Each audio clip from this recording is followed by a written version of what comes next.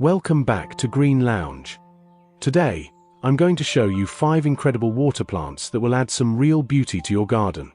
First on the list is duckweed. This is a small, floating water plant with unique red roots.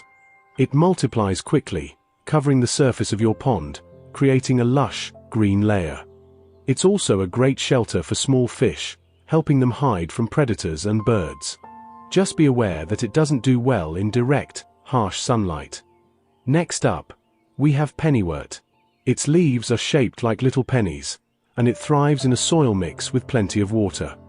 I keep mine in a refrigerator pond to maintain the right conditions, but it can also grow in a regular pot outside the pond. Pennywort needs a lot of sunlight and water for healthy growth, but it does require some maintenance to prevent it from taking over the pond. Still, fish love using it as a place to hide and explore. Third on our list is water poppy. This plant has leaves similar to Pennywort but with a more curved shape.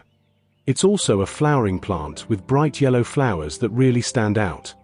Like the others, it needs strong sunlight to thrive, and that sunlight brings out its beautiful blooms. The fourth plant is water mosaic. This one's a favorite among pond enthusiasts because of its unique leaf shape. With pale red edges, the leaves grow towards the surface, forming a beautiful mosaic-like pattern.